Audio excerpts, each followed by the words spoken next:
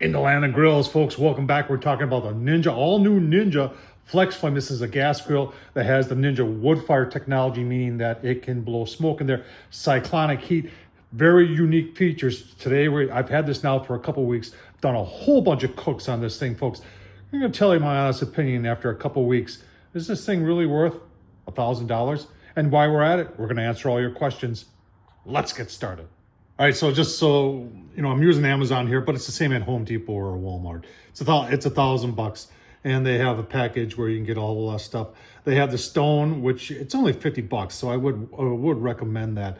What else would I recommend? This flip over shelf that extends. I'll show you that. Getting one of the grills, you don't have to get the griddle that goes. They have one that goes the whole width if you want that. But these are heavy duty, and I've got the half one, and it's $169. That ain't bad either. I saw that they have stainless steel grill grates for that. I did not know that. That's $1,000. So you can obviously spend a lot more than $1,000 for this grill. Let's talk about the inside, talk about the outside.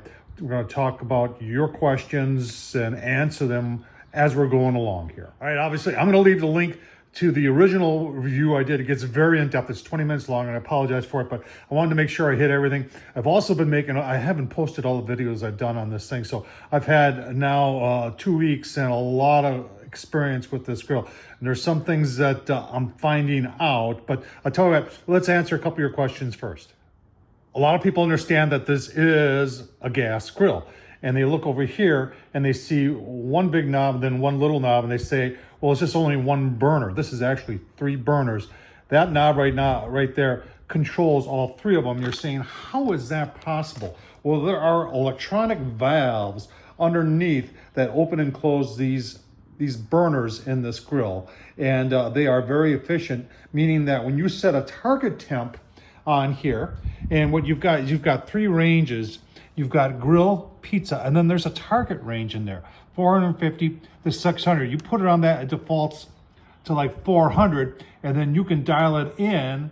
I should say it defaults to 450 or 500, and then you dial in which one of those temps you want.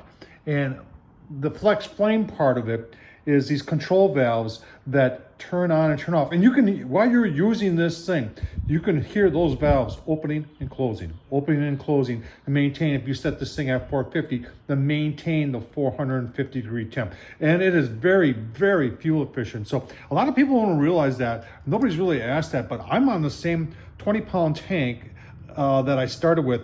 And I did a brisket on here that was 8 hours long. And I've done a couple cooks since then, and I still have plenty of gas. It's amazing how efficient this is. A couple people ask, what's all this for? What's this thing for? Well, that's where the fan is. That's that cyclonic fan that almost reminds me a little bit of an air fryer. In fact, some of the best cooks I've done on here is chicken. I've done chicken wings in here incredibly fast, and it was, oh my gosh. I'll leave the links down below to the ones I've done. It's just crispy chicken wings. Works very, very well. A couple actually asked, is there a rotisserie for this? There is no rotisserie for this grill. All right, I've had a bunch of people ask because they talk about this being stainless steel. Is this 100%, Tom, is this 304 stainless steel? The only way I know the test is to use a magnet. And I know that a magnet sticks to this, so I'm gonna tell you that this probably isn't a very high grade of stainless steel. People have also asked, because they have the stainless steel, then they have the black painted one, and people have asked, is the black painted one just stainless steel that's been painted? I don't know the answer to that, but I think the answer is no. I've had a couple of people ask about the true dimensions. Now, in the review video, I do go through the true dimensions, but I'm gonna do it one more time for you folks that keep on asking.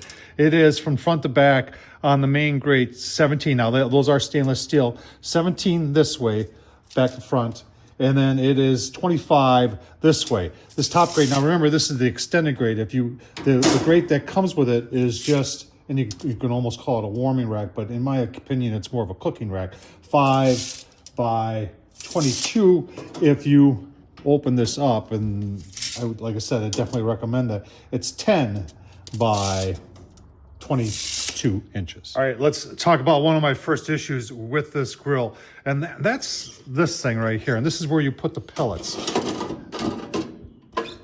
So This is where you put your pellets. Now, I've had the electric wood fire, both sizes, the small and the XL, and they smoke like crazy. And the smoke really imparts itself into the meat. Now, I did brisket on this thing, and I kept on filling this thing up, and it was smoking like crazy.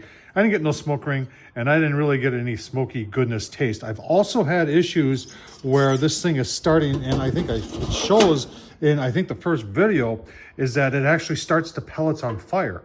And that's not, there should be just smoking, not starting on fire. And I've had that, noticed that a couple times. I've also had inconsistent smoke where, and that a lot of times that comes from this starting on fire. So I don't know if there's a problem going on with just my unit or if there's a design issue here. But as far as the smoke part of this is concerned, does it produce smoke? Yes. Can you taste it? I can't. And there's some issues with it starting on fire. All right, more than a few people have talked about cleanup and how easy is it to clean, to keep the inner. Now, I haven't done much other than keeping the cast iron clean. And I've kind of gone out of my way to use a drip tray and use that upper big shelf if I got something really greasy on. But I have, as you can see, I've done some chicken wings on here, and I did chicken breasts on here last night. In fact, they turned out very well. But some people are very concerned about how that's going to handle with that big cyclonic fan, because there's really no way. Well, it looks like you could take off that guard, but I don't think there's any real way of cleaning that. Is that going to be an issue down the road, and is it going to cause fire hazard? And to be honest with you, I honestly don't know, but you can use a degreaser on this and help to clean things up a little bit. But as far as cleanup, my main concern is on the inside, in fact, below the flavorizer bars.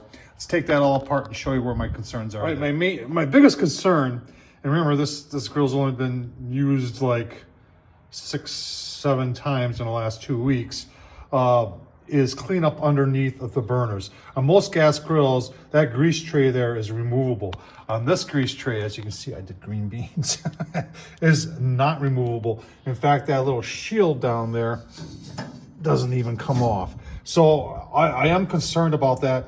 I think that it could be removed by removing a couple bolts. If you look underneath, it looks like there's a couple bolts, but they're not recommending it. All they're saying is you take a little spatula down there and clean things out. I really think something different needs to be done with that. All right, underneath the control box, and here's my concern, is that if you did have a grease fire, that your control box is right there. And that's where all those valves are.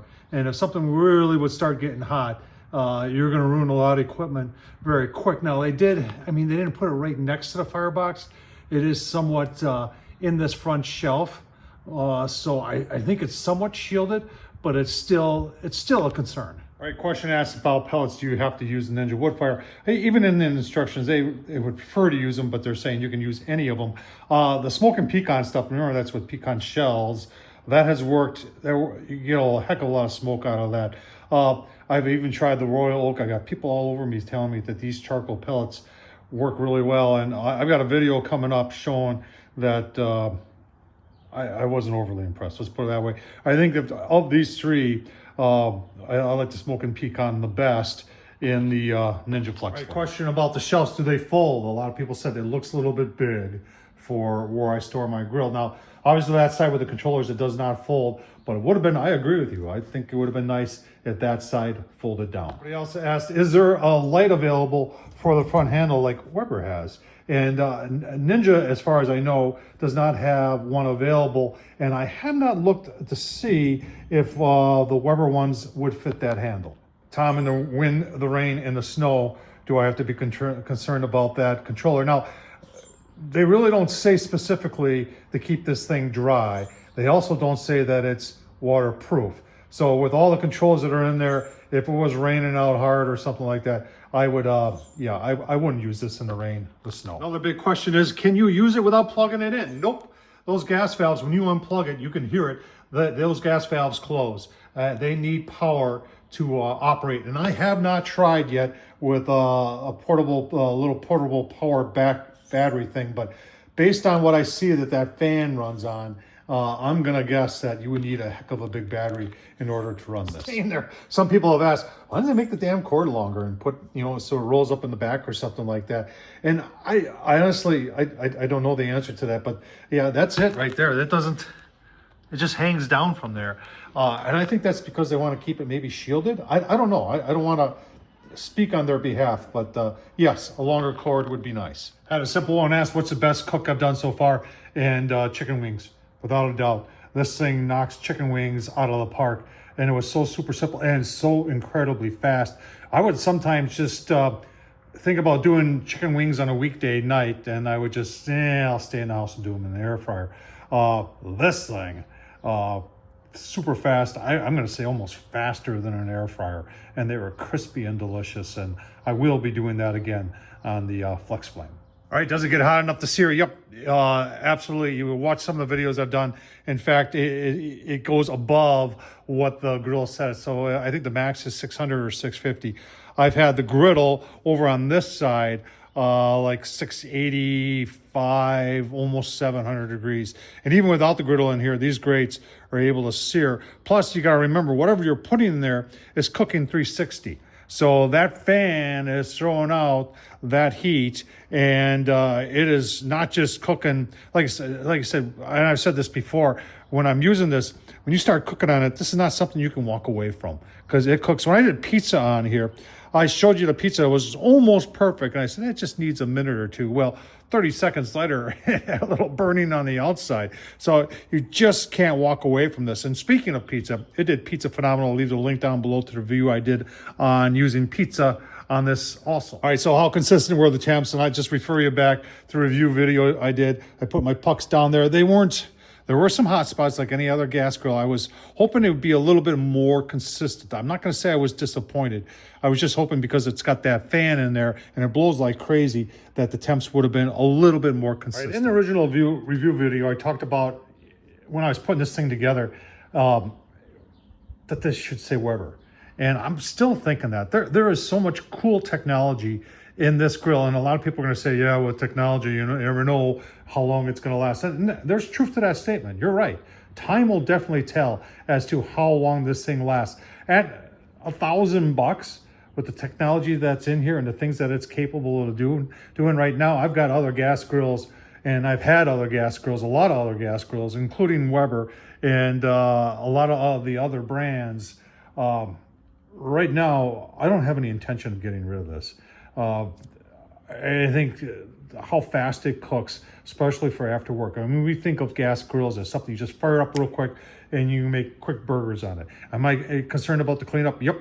But if you know that it's going to take extra cleanup, then you'll spend the extra time. But I honestly think there's some things they could do differently at Ninja to make cleanup a little bit easier. What do you think about this grill? Ask your questions down below. I'll answer them as best as I can. Tom Horsman, YouTube, thumbs up. If you like this, don't forget to subscribe, and, super thanks down. You want to buy me a beer? Super thanks down below. Thanks for watching, folks.